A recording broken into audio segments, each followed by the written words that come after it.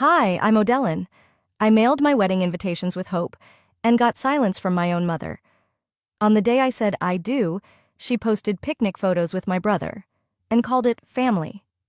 She didn't just skip my wedding, she deleted me from the family story. 6 months later, she knocked on my door with a suitcase. But what if I told you that wasn't even the worst part? Before we begin, where are you watching from, and have you ever been cut out of your own family? Drop it in the comments. Because this story, it's not just mine. It might be yours too. I didn't panic. Not at first. When I mailed out the invitations for our wedding, handwritten envelopes, gold foil edges, each one sealed with care, I didn't expect fanfare, but I expected acknowledgement. Especially from my mother. I double-checked the tracker twice a week, hoping for a ping, a reply, anything. I saw her name light up under Viewed. She'd opened the invite.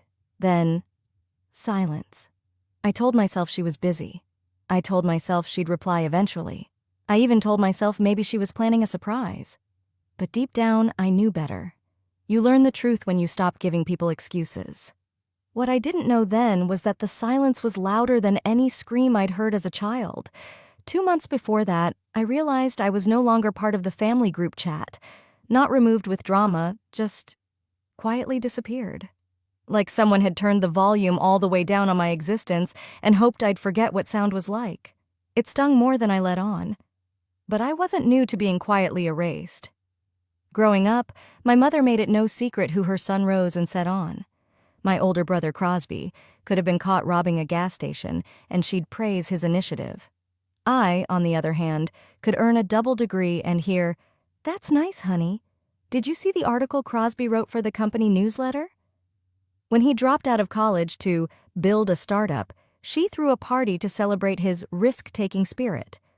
When that startup collapsed and he moved back in, she cooked him a roast and told everyone he just needs a place to refocus.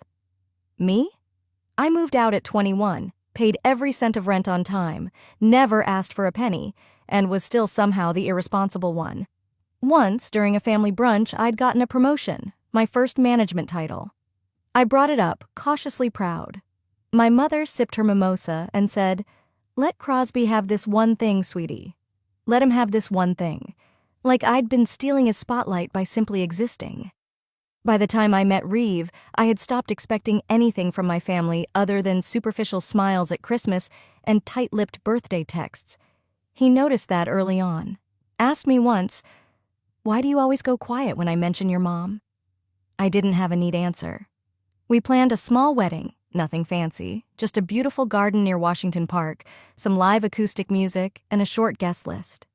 Reeve's parents were thrilled. His sister helped me with the dress. His dad offered to drive my aunt in from Boulder. My mother?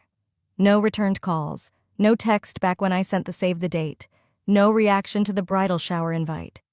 When I finally sent the formal RSVP link, she read it, left it there like a cigarette butt still burning. Reeve was the one who showed me the back end of the RSVP system.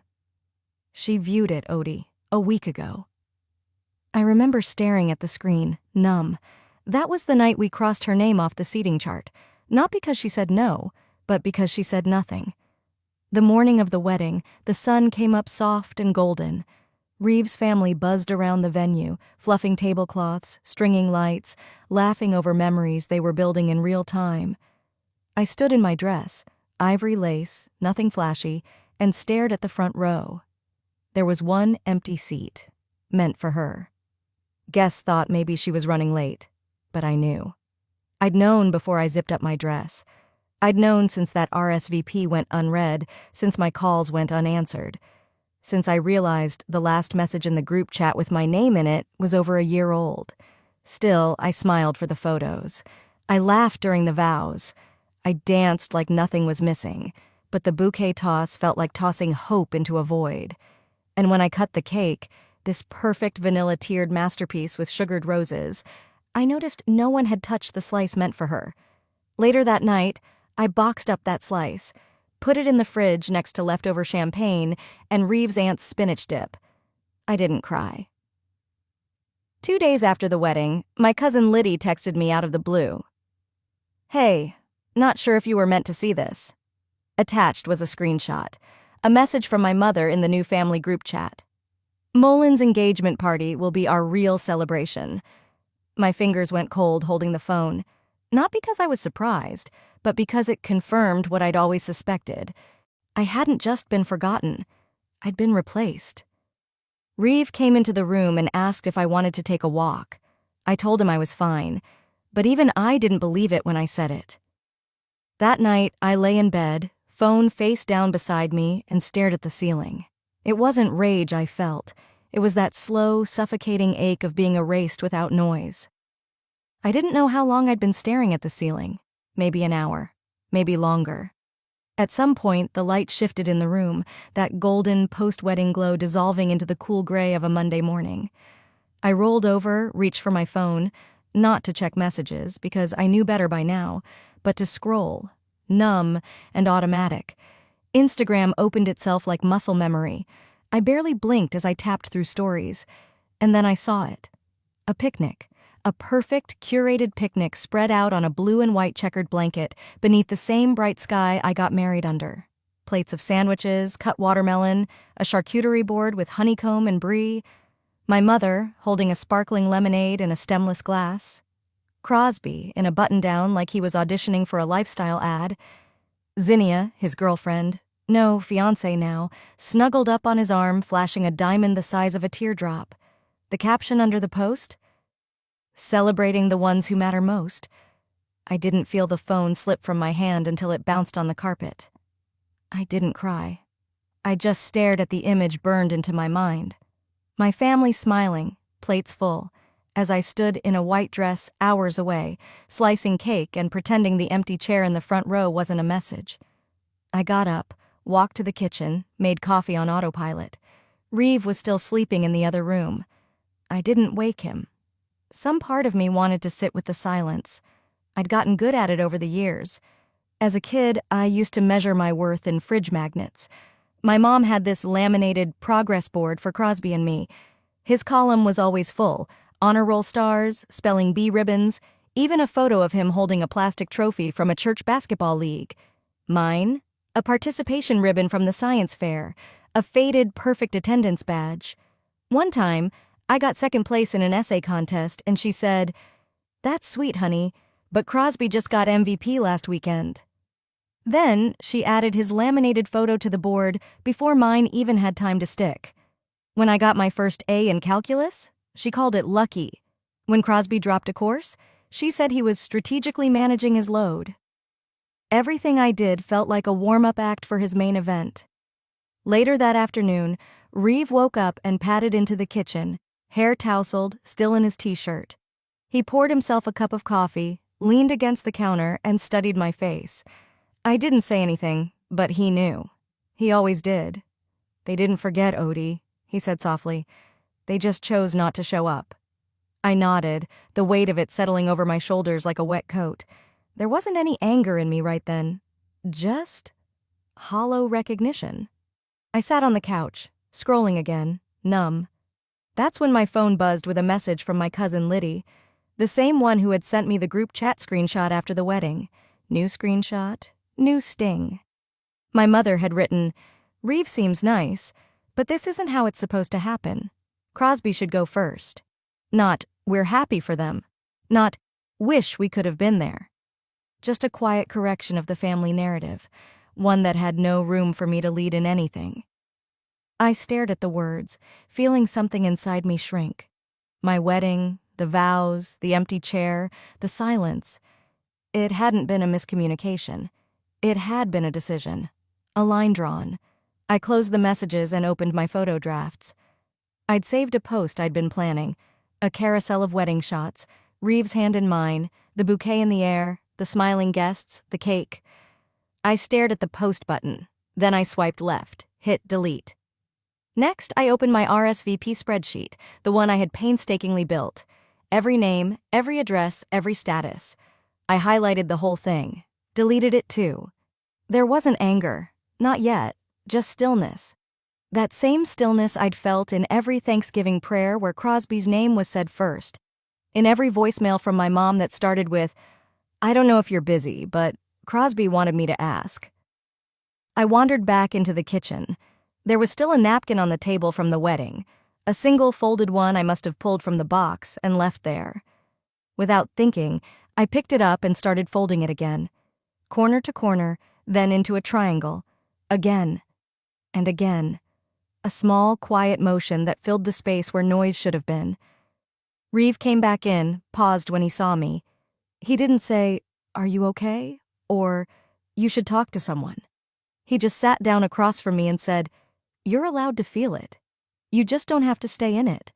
I looked at him, really looked, and for the first time in days, I believed someone meant what they said. Still, I didn't stop folding, because the truth was, I did stay in it. The truth didn't hit me all at once. It dripped, like a leaky faucet, steady and slow until the flood came. It started with a phone call. I was in the laundry room folding towels when Aunt Nadine's name flashed across my screen. We hadn't spoken in almost a year, so I hesitated before picking up. I wiped my hands, let the dryer hum a bit longer, and answered with a cautious, "Hey, Nadine." Her voice was low, tentative. "Hi, sweetheart. I wasn't sure if I should call, but I figured you deserved to know." "Know what?" She paused. "Your mom's been planning something, for Crosby." I sat on the edge of the washer, heart thudding like it already knew where this was going. Nadine continued. "They've got a venue on hold, out in Estes Park, 2 weeks from now. It's a wedding, O'Dellin." "A wedding?" I said slowly. "Crosby's not engaged." "I know. That's what made it so odd. Vera said it was just in case, but she was already talking menus and signature cocktails." I could hear the shame in Nadine's voice, the way her words grew quieter as they came. She said, "Your wedding didn't really count, because it didn't come with a legacy." Legacy. That word, so polished, so cold, landed in my gut like a stone. I didn't respond. I couldn't. When the call ended, I stayed in the laundry room, surrounded by towels and silence. The hum of the dryer was gone. But the buzz in my ears only got louder. A memory crept in from 2 years ago. A brunch at Vera's house. Back then, it was just me, her, Crosby, and a few cousins. Vera had laughed over mimosas and said, "Well, you know, Crosby's the last real heir to the family name. We'll be lucky if he marries, right?" I had laughed along with them. I thought it was harmless, just an old-fashioned jab. But now, it felt like a blueprint. I remembered how Vera leaned across the table and asked if I'd be keeping my last name after I married. "I mean," she'd said, pouring more juice, "Reeve seems nice, but it's different when it's a woman marrying in. Doesn't carry the same weight." And then she'd turned to Crosby with a warm smile and said, "When you get married, baby, we'll really have something to celebrate." I'd shrugged it off back then, but now the context burned. Later that evening, I pulled a small fireproof folder from my desk drawer. Inside was the deed to our home, the one Reeve and I fought tooth and nail to close on 5 years ago. Back then, our credit was stretched thin. I'd asked Vera to co-sign, just until we got approved. Her response? "I love you, O'Dellin, but I can't tie my name to something that might not last. I worry you're rushing into things." We scraped together what we could and closed the deal on our own. No co-signature. No help. Now, I had proof. I held it in my hands. And yet... That evening, Reeve came home from the office. I was at the dining table, papers spread around me like battlefield maps. He set his briefcase down and took in the scene. "What's going on?" he asked. I handed him my phone. A screenshot from Liddy, again. This one was from Vera's group chat, dated just last week. She had written, "So proud of Crosby. Finally, the event we've all been waiting for." O'Dellin's was just a placeholder. Reeve didn't yell. He didn't throw anything. He just read it, his jaw tightening more with every word. Then he put the phone down and looked at me. "They don't see you," he said quietly. "They see an obstacle. You stole the spotlight they wanted Crosby to stand in." I stared at him, feeling something shift deep inside. Not sadness, not even rage. Resolve. I opened a new folder on my laptop, started dragging in every email, RSVP receipt, screenshots, digital wedding invites, Everything. I uploaded photos of the venue, the flowers, the signed check from our florist. Then I pulled out the printed deed, highlighted my name, printed it again. I wasn't sure what I was building yet, but it was going to be solid. Later that week, Vera hosted a virtual family meeting, the kind of Zoom call she insisted on to maintain connection, even though she never once called me after the wedding. I logged in anonymously. No video, no mic, just a black square with the initials O. They laughed and gushed over Crosby's upcoming moment. Zinnia sat beside him in a cream-colored dress, sipping champagne like it was already her rehearsal dinner. Vera was practically glowing, her voice syrupy and staged. "This is what we've waited for," she said, beaming. "The real celebration, the one that continues the legacy." I leaned back in my chair, still invisible, and smiled. "Then let's see how real you want it to be." Linked to next chapter. It wasn't just about Crosby, it was about erasing me. It wasn't just about Crosby, it was about erasing me. That thought stayed with me, humming under my skin, as I stood in the kitchen reheating leftover wedding cake. Not the fancy, multi-tiered part, just a square of vanilla I'd saved out of habit. I wasn't hungry. I just needed something that still felt real. The frosting had melted slightly, sliding off in a slow collapse. Kinda like how that day had gone. I hadn't let myself replay the whole reception in my mind before. Not until now. But once it started, the memory ran itself like a loop I couldn't stop. We were inside the reception tent, warm light strung from the ceiling, music low and easy in the background. It had been time for the tribute video. Reeve and I had spent weeks compiling it. Photos of us as kids, our first apartment, silly clips with his nephews, even that random selfie I took outside the courthouse the day I got my promotion. I was standing near the head table, wine glass in hand, when the MC announced, "And now a little surprise for the newlyweds." I remember smiling. I was nervous, but proud. That video was our love story. Then came the pause, the fidgeting with the laptop, the soft clearing of a throat. Sorry folks, looks like the USB won't read." Reeve stood up to check, but Zinnia beat him there. "We'll just skip it," she chirped. "Everyone's already seen enough pictures, right?" People laughed politely. Music resumed. My stomach turned. At the time, I thought it was bad luck. One of those little wedding day glitches everyone warned me about.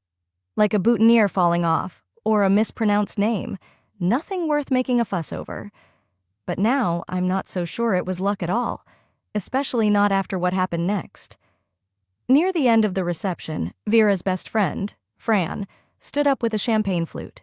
Everyone tapped their glasses. She raised hers like she'd done this 100 times. "Tonight we celebrate love," she said, voice smooth. "And we thank everyone here who's supported family legacies, like Crosby's. We believe in building lasting homes, in continuing the names we're proud to carry." That was it. Not one mention of me. Or Reeve. Not a single acknowledgement that it was my wedding. My day. My name wasn't even whispered. I caught the glance between Reeve's parents. His mom shifted uncomfortably, and his dad looked down into his glass like he was checking for a crack. Reeve just reached for my hand. He squeezed it gently, but his grip didn't let go. The next day, I tossed the USB into a drawer and forgot about it. Or tried to. Weeks later, Reeve pulled it out again. We were cleaning up, reorganizing stuff from the wedding. He plugged it into his laptop. And it worked. Perfectly. There was the video, every frame intact, the music timed, the transition smooth, my voice on the recording, narrating the story of how we met. Vera even appeared in some of the early clips, smiling beside me at my graduation, hugging me after my bar exam results came in. I sat down slowly as it played. My throat tightened. I didn't cry. I didn't blink. "She didn't want to see that version of me," I whispered. "The one she used to be proud of." Reeve was quiet, but I could tell by the tension in his shoulders, the way he shut the laptop after, that he believed what I hadn't dared to say aloud. I think Zinnia swapped it out. It's the kind of thing she'd brush off as just a tech hiccup. The kind of thing you can't prove, but you feel in your bones. I spent the next morning going over the seating chart I had meticulously created months earlier. Vera had been listed at the center of the family table, right next to Reeve's parents. No special meal request, no mobility issue. Yet she chose a table near the back, beside Crosby and some work friends. Her chair was empty most of the night. Later, one of my cousins admitted, half drunk on post-reunion texts, that Vera and Crosby had stepped out during the vows to take a call. Something about a rebranding pitch for Crosby's new consultancy firm. Didn't want to lose momentum, she'd said. They figured you'd understand. I nodded. I always did. That night, sitting at my kitchen counter, I started scrolling through my phone. I selected photo after photo, of centerpieces, of smiling guests, of the cake we never got to cut together. One by one, I hit delete. But then I stopped. There was a photo Reeve's sister had taken. I hadn't even noticed she'd snapped it at the time. It showed me, mid-laugh, with Reeve's mom and dad helping me into my dress. His dad was holding the train awkwardly like it might combust. His mom had one hand on my shoulder, the other adjusting a pin in my hair. I was looking straight ahead, not at them, not at the camera, just smiling, unaware. I didn't delete that one. Instead, I stared at it for a long time. Then I whispered, maybe out loud, maybe just in my head, maybe they were my real family that day. It was a Sunday afternoon when I heard the knock. Not the hesitant kind that asks for permission. No, this one was full-bodied, like someone arriving somewhere they felt entitled to be. I opened the door expecting a neighbor, maybe a delivery mishap. Instead, there stood my mother, Vera, 2 hard-shell suitcases behind her, a tote bag over one arm, her winter coat draped but unzipped. She wore a soft, curated smile, the kind you see in real estate agents mid-pitch. "Hi, sweetheart," she said, stepping forward like the welcome mat had been rolled out for her. "I thought I'd spend a little time here. Things are tight at Crosby's." I blinked. Not anger, not shock, just a hollow, sinking numbness that began somewhere in my spine and crawled its way into my jaw. She was already wheeling her luggage in before I could say anything. I didn't stop her. I didn't offer tea. But I also didn't slam the door. I stood there, like my own body had turned into someone else's foyer. By the time Reeve returned from the grocery store, she was sitting at the kitchen table, like it was hers. "I brewed chamomile," she told him, lifting the mug. "Still your favorite, right?" He gave her a look that wasn't rude, but certainly wasn't warm. Then he looked at me. I gave him the smallest shake of my head. Later that evening, she wandered into the living room, holding a framed photo of Reeve and me. "I knew this place had potential," she said, smiling to herself. "I remember when I helped you get the loan. Such a smart decision." I stared at her, stunned. My throat tightened. Because no, she hadn't helped. Not even a little.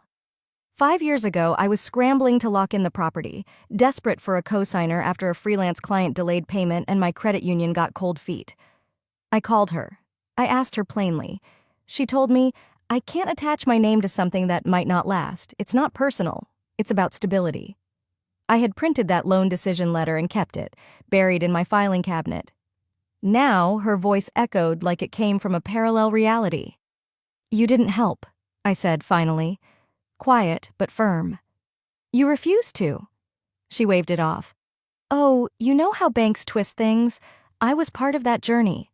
I told everyone you were building something special." I didn't know who everyone was, but I didn't have to wait long to find out.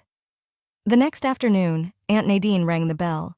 She came by with a manila envelope of old tax papers, her arms wrapped in a faded green shawl, her expression tight.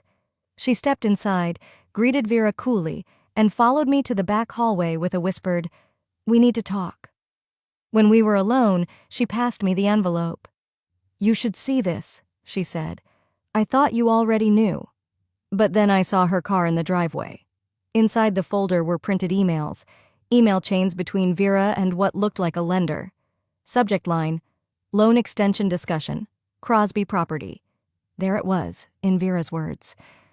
"We are leveraging my daughter's Denver home for documentation purposes. It's essentially my asset. I helped her acquire it. I manage the address. Happy to clarify." My fingers curled against the edges of the page. "She used my name to help Crosby?" I whispered. Nadine nodded, lips pressed tight. "They've been saying it's hers. I think she's done it before." That night, Vera hummed as she rinsed dishes like it was just another evening in a home she'd always owned. I stood in the archway watching her in silence. This wasn't just a house. This was my every late-night freelancing, every missed party, every anxiety attack over tax season. This home was mine, earned, fought for, maintained by sheer will when others would have walked away. Vera didn't raise me. She crafted a version of me that fit her stories. And now, apparently, her loan documents. Reeve came home just as the sun dipped behind the trees. He didn't ask. He saw it in my eyes. He set the groceries down, walked straight over, and wrapped his arms around me. "You don't have to let this continue," he murmured into my hair. "Not again." I nodded into his chest, the lump in my throat pressing upward. Later, I found her in the guest room rearranging throw pillows. She picked up a small square napkin from the shelf. I hadn't realized it was still there. "You still do this silly leaf fold?" she asked, laughing lightly. "I remember when you used to decorate every Thanksgiving table with these." I took it from her hand gently. "No," I said. "That's the last one. I stopped making them when I stopped making space for people who never came." She gave a forced chuckle, turning back to the suitcase she had half unzipped on the bed. I didn't laugh with her, because something inside me was no longer folding. It was unfolding. And just when I almost let her stay, she handed me a list. By the next morning, I had almost convinced myself it might not be so bad. Maybe we could tolerate each other for a few weeks. I thought maybe, just maybe, there was a version of this that could be manageable. Then I walked into the kitchen and saw the list. It was a single sheet of paper, folded cleanly in half, sitting dead center on the kitchen island like it belonged there. I unfolded it. "Grocery refills, drive me to Dr. Leonard, laundry pickup, call the HOA about the roof." My eyes skimmed down to the bottom line. "And please don't use your office while I rest. It creaks too loud." There was no smiley face, no joke, no "if it's not too much." Just a typed-up list. A command chain. She had placed it there like she was running the house. I didn't say a word. She walked in behind me, stirring her tea completely at ease. "Oh, I figured we'd split things while I'm here. You've always been organized." I didn't respond. I didn't nod. But she took my silence like an unspoken yes. That's how she always operated, interpreting my quiet as consent, my hesitation as agreement. Later that afternoon, I sat cross-legged on the living room rug, organizing old financial paperwork for my accountant. Tax season was around the corner. I opened a black folder from the year I bought the house, mostly thinking it was just copies of scanned receipts. Instead, I found it. A copy of my initial mortgage rejection, due to lack of a cosigner. Attached to it was a notarized letter, Vera's. It wasn't a recommendation. It wasn't a character reference. It was a formal, coldly worded declaration that she did not wish to attach her assets to speculative property. Her words in black ink. And now, here she was, lounging in that same speculative home, telling neighbors she helped me buy it. That night after dinner, I laid the letter on the kitchen counter. Vera barely glanced at it.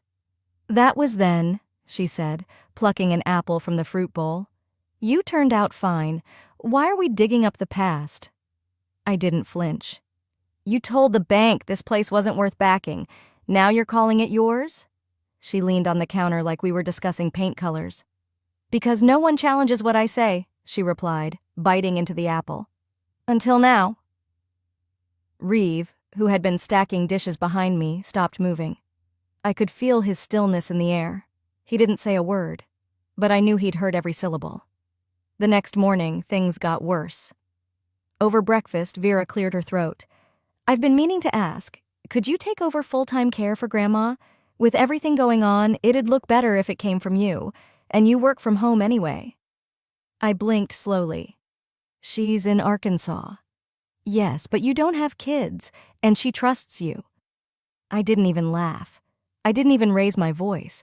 I just looked at her and said, "You didn't come to my wedding. You erased me from yours, and now you want me to clean up what's left of your mess?" She made a show of exhaling through her nose. "You always twist things, Odellin." "No, I finally started untangling them." She stood up and left the room. No apology, no retreat. Just that same sense of control she always cloaked herself in, like armor. I walked out onto the porch, phone shaking in my hand. The afternoon was crisp, my breath fogged in the air. I stared at the walls of the home I'd built from exhaustion and stubbornness, and a need to prove I didn't need saving. For a moment, I almost let myself believe it'd be easier to walk away. But then I remembered the napkin, the bouquet, the video that never played, the seat that stayed empty. The hurt didn't rage anymore. It hardened, not into bitterness, but resolve. I went inside. Reeve was on the couch, laptop open, headphones in. I sat at my desk and opened a blank Word doc. I started typing, "To whom it may concern, regarding false ownership claims." But before I hit save, I stopped. There was no point writing to people who already knew how she operated and pretended they didn't. I didn't need to explain. I needed to show. So I reached for my phone, opened the voice recorder app, and pressed record. I pressed play, let the recording roll, then slipped the phone face down on the table and walked into the kitchen like nothing happened. From the living room, I could hear Vera's voice again. Not the one she used with neighbors or church people, the one that only came out when she forgot others could hear. "You know O'Dellin was just a bump in our family story," Vera laughed, voice faint but sharp. "Crosby's the legacy." Zinnia chimed in. "She was a mistake we tried to raise right. It didn't take." There was laughter, tight, smug, mean. Crosby said nothing in the clip, but his silence wasn't defense. It was complicity. That voicemail, sent months ago by Aunt Nadine, had been sitting buried in my inbox, unread. She'd labeled it, "In case you ever stop giving them the benefit of the doubt." I had. And now, with the audio freshly burned into my ears, I listened again. Then once more. I didn't cry, didn't speak. I just sat on the couch with my knees to my chest, phone pressed to my palm like a blade. My thoughts weren't swirling. They were settling, sharpening. It was a Sunday morning. Vera had gone out to meet a friend for early service and bagels, as she'd put it. Reeve returned from his run, saw me still in the same spot I'd been 2 hours earlier. I handed him the phone. He listened without asking. When it ended, he lowered the phone and said, "Do you want to send it?" I shook my head. "No," I said softly. "I want them to hear it together, without a warning, without control." He didn't respond. He didn't need to. We both understood the next step wasn't about rage. It was about reclaiming the story. I opened my laptop and started building folders. Wedding lies, property fraud, the tape. Each folder got screenshots, documents, timelines, emails, deeds. I wasn't writing a tell-all. I was archiving a truth they couldn't distort, and I wasn't doing it for them. I was doing it so I'd never forget how long I'd bent backward for people who never thought I mattered. 4 days later, Aunt Beth hosted the monthly family potluck. I hadn't attended one in years, but this time I said yes. I didn't dress up. No makeup, no smiles, just jeans, a black sweater, and the confidence of someone with nothing left to prove. When I walked in, the kitchen was warm with baked ziti and passive-aggressive compliments. Vera stood by the counter, handing out cookies she hadn't baked. "It's just so nice to be with people who still value togetherness," she said loudly. I saw Crosby in the corner talking about his consulting venture. Zinnia was already tipsy from Aunt Beth's white sangria, whispering to someone about a neighbor's divorce. I walked past the buffet table, set my purse on the chair across from Vera, and placed my phone in the center of the dining table. Reeve, already seated beside me, met my eyes and nodded once. I tapped play. The room froze at the sound of Vera's voice, Crosby's chuckle, Zinnia's venom. By the time the audio faded, no one was chewing or blinking. Vera's mouth parted, but nothing came out. Her skin flushed a color I'd never seen on her. She started to reach for the phone like it might rewrite the moment. "This isn't how we handle things in this family," she hissed. I stood slowly, eyes level. "You're right. That's why I'm not doing it your way anymore." No one clapped. No one spoke. But several cousins stood and walked out. Aunt Beth wiped her eyes and started cleaning early, muttering, "Maybe we all needed to hear it." I didn't ask for an apology. I didn't look back. I walked out the front door with Reeve beside me, and the only sound behind me was the clatter of silverware that finally meant something. I didn't feel triumphant. I felt clean. For the first time, the silence wasn't swallowing me. It was making space for what came next. When I opened Facebook that morning, I wasn't looking for a fight. But there it was, Vera's post, centered on my screen like a slap in digital ink. 30 years ago, I began building a home for our family legacy. Today, I'm proud to still be guiding that legacy, from the very home that saw our children grow. My house, my home, cropped to perfection in the attached photo with just enough siding and the garden view to suggest warmth, but not a trace of me. I scrolled through the comments. "Beautiful, Vera. You've always had such grace. What a blessing to your family." One read, "Legacy. That's what real mothers leave behind." She'd tagged it all with family heritage, built with love, matriarch, like some nostalgic real estate ad for a life she never actually lived in. And they believed her. At first. The very next day, the HOA held its quarterly meeting at the community clubhouse. I'd marked it on my calendar weeks ago, but now it felt like fate had reserved that date just for me. When I arrived, Vera was already there, chatting with the board president, making polite noises about neighborhood upkeep and how long she'd been around. She caught my eye and smiled with a familiarity I no longer recognized. The meeting began. Minutes were read, updates shared. Then came the member comments. I raised my hand. "I'd like to clarify something," I said, rising to my feet steady. "There seems to be confusion about ownership of 2429 Glenview Way." I placed a copy of the deed on the community table. This house was purchased under my name, with my finances, my credit, my career. Vera Lewis is not listed as owner, co-owner, or guarantor on any legal document. I paused. No one interrupted. For anyone confused, here are the mortgage approvals, the tax records, and the denial letter I received when I asked her to co-sign 5 years ago. I didn't raise my voice. I didn't need to, because the room had gone completely still. Later that night, I uploaded a simple post to the neighborhood forum with 3 side-by-side images. Vera's post, my property documents, and the wedding tribute video. Yes, the one she'd sabotaged with the broken USB. The response was immediate. "Wow," someone wrote. "We always wondered why you were the only one out there weeding the flower beds." Another, "That video broke me. How could they treat you that way? Thank you for showing us." By noon the next day, the thread had over 70 comments. People shared their own stories, of mothers who took credit, sisters who erased, families that dressed up betrayal as tradition. What stunned me wasn't just the outrage. It was the understanding. The kind that doesn't come from gossip, but from lived truth. Zinnia, predictably, tried to do damage control. Under a shared thread, she commented, "Sad when people weaponize family for pity points. Real class shows in what you keep private." But then, Vera's old friend replied underneath, "You were the one who told me not to attend Odellin's wedding. Don't push it. I still have the message." And just like that, the screen cracked open. Screenshots followed. Private messages leaked. Old allies began pulling away. One church acquaintance even commented, "I donated to Crosby's business because Vera said the house was collateral. I'd like a word with someone about that." In the span of 48 hours, her decades-long image of dignity and self-sacrifice was collapsing under the weight of her own manipulation. I didn't cheer, didn't say, "Told you so." Instead, I received a message from someone I barely remembered. A woman who used to teach Sunday school when I was 7. "I didn't know," she wrote, "but I should have seen it. The way you carried yourself after that wedding, that was real grace. I'm sorry." And in that moment, something inside me softened, not toward Vera, but toward myself. Because maybe, just maybe, I didn't have to fight to be seen anymore. Maybe the truth had already done the work for me. The week drifted by like mist.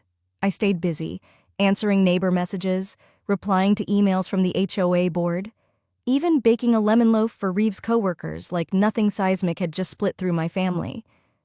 But then, on a Sunday evening, as I was folding laundry in the living room, I heard it.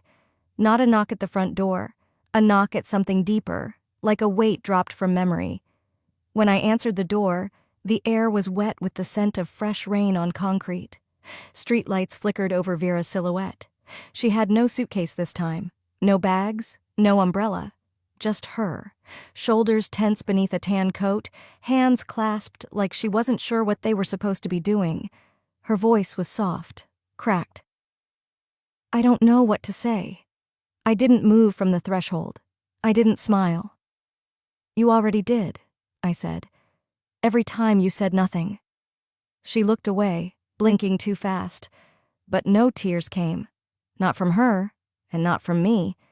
We stood there a moment longer, breathing in a silence that said more than apologies ever could. She asked if we could talk. Just us. No cameras, no posts. I stepped back inside, left the door cracked just wide enough for her words to slip through. I didn't mean to hurt you. Things just got complicated. I shook my head gently. This isn't about hurt anymore, Vera. It's about clarity. I've moved past needing an explanation. She frowned like she didn't understand, like the math wasn't mathing in her mind. I never thought you'd turn cold. I met her eyes. I'm not cold. I'm clear. And I closed the door. Not slammed. Just closed. The kind of close that doesn't echo. The kind that ends things. Later that night, Reeve sat beside me on the couch. We were quiet for a long time, watching the light rain tap against the windows like soft fingertips. He glanced over. Do you feel better? I thought for a while, searched for a word that wasn't false. Not better, I finally said. Just done. He nodded. Pulled me closer with one arm, his other hand still holding the remote he hadn't touched in 20 minutes. That's what healing sounds like, he said. And we just sat there. No talking, no television. Just breath and rain and knowing. Weeks passed. One Saturday morning, I hosted brunch for Reeve's family. His parents brought pastries. His sister brought her 2 kids, one of whom darted straight into my kitchen while I was setting the table. The little girl, maybe 7, stopped beside me and tilted her head. That's pretty. Who taught you that?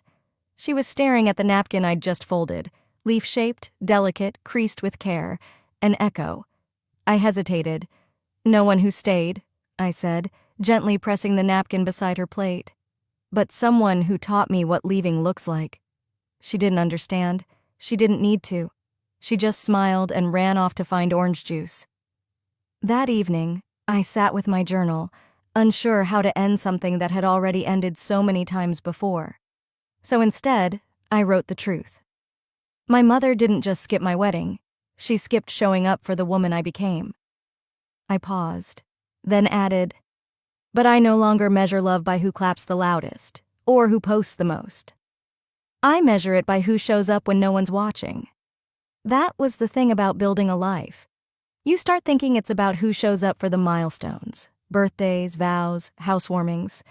But really, it's about who brings in your trash bin when you forget, who checks the pilot light when your heater sputters, who folds beside you, not to criticize, but just to be near. I closed the journal and whispered out loud, sometimes the family you build is the one you finally get to choose. And I meant it. Have you ever closed a door? Not out of hate, but because you finally loved yourself enough?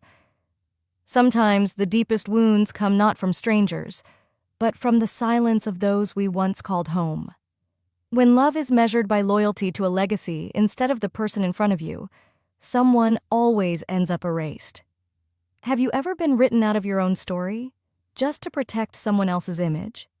If this story moved you, share your thoughts below. And don't forget to subscribe for more powerful stories like this, because healing from family drama takes more than time. It takes truth.